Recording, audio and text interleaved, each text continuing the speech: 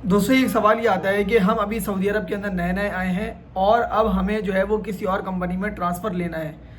आप किसी भी यहाँ पर कंपनी में आप आए हो, कंपनी में आने के बाद से किसी भी कंपनी का वीज़ा आप यहाँ पर लेकर आए हो और आप यहाँ से ट्रांसफ़र लेना चाहते हो किसी दूसरी कंपनी में, तो क्या कंपनी आपको ट्रांसफ़र देगी या नहीं देगी? तो दोस्तों मोर लाइकली चांसेस ये हैं कि कंपनी आपको ट्रांसफ़र ना दे। आपका हो सकता है, अब ये कंपनी पे डिपेंड करता है कि कंपनी आपको ट्रांसफ़र दे रही है या नहीं दे रही है। अगर आपको कंपनी ट्रांसफ़र दे रही है, आपकी कंपनी के साथ ताल्लुकात अच्छे हैं, बातचीत अच्छे हैं, तो आप बातचीत करके देख सकते हो।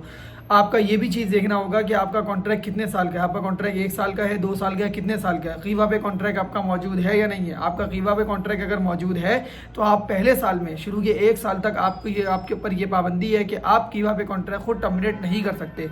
जब आप कीवा पे कॉन्ट्रैक्ट टर्मिनेट नहीं कर सकते तो अब ये जिम्मेदारी है कंपनी की रिस्पॉन्सिबिलिटी आ जाती है कि वो कीवा पे कॉन्ट्रैक्ट टर्मिनेट कर सकती है, करेगी।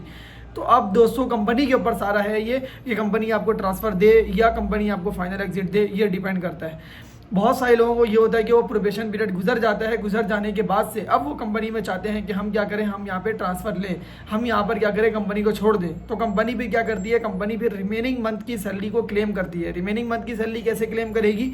फ़र्ज़ करें कि उसका कंपनी का कॉन्ट्रैक्ट 1 साल का है, प्रोबेशन पीरियड उसमें है 3 महीने का। 1 साल में होते हैं 12 महीने, प्रोबेशन पीरियड था 3 महीने का। तो 3 महीने आप निकाल दें तो बकिया बचे आपके 9 महीने।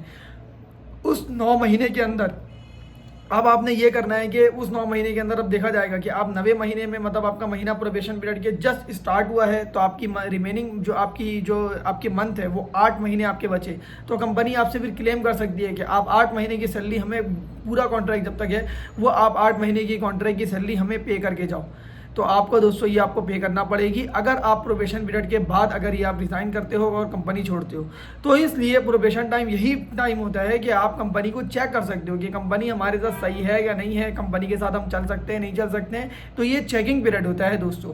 तो दोस्तों उम्मीद करता हूँ आपको मेरी ये बात समझ में आ गई होगी जो मैं वीडियो के अंदर समझाना चाह रहा हूँ। सो मिलते हैं दोस्तों नेक्स्ट वीडियो में। Thank you.